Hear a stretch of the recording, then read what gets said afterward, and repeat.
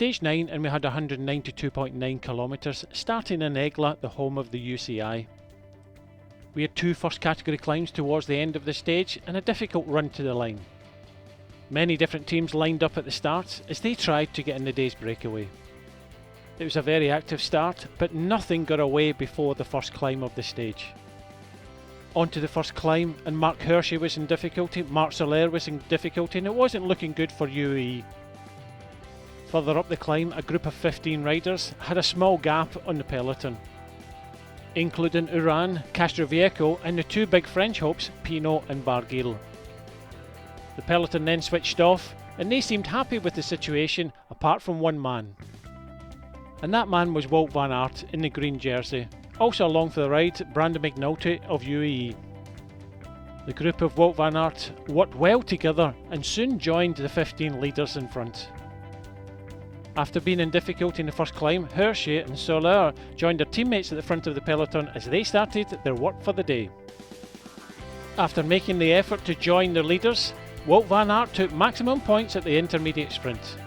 Rigoberto Uran was the best placed in the general classification, sitting in 16th place, so the peloton were not going to give them much time today.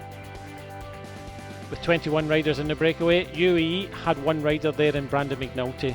He was there to drop bag if necessary, which he did later in the stage.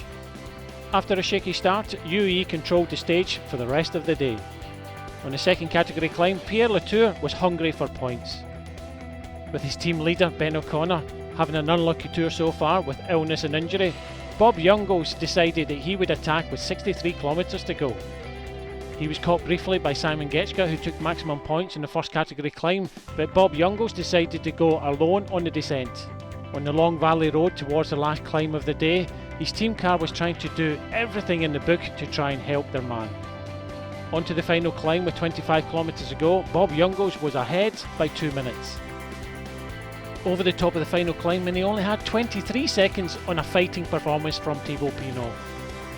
Afraid of some of the other riders in the breakaway on the final climb, Bob Jungels decided to go long. And it paid off for his first Tour de France stage win.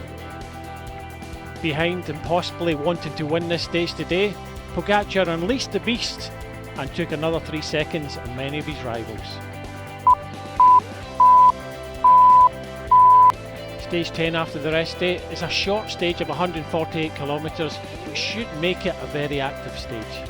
With a second category climb to the finish, I'm tipping breakaway success with many teams looking at this stage for victory.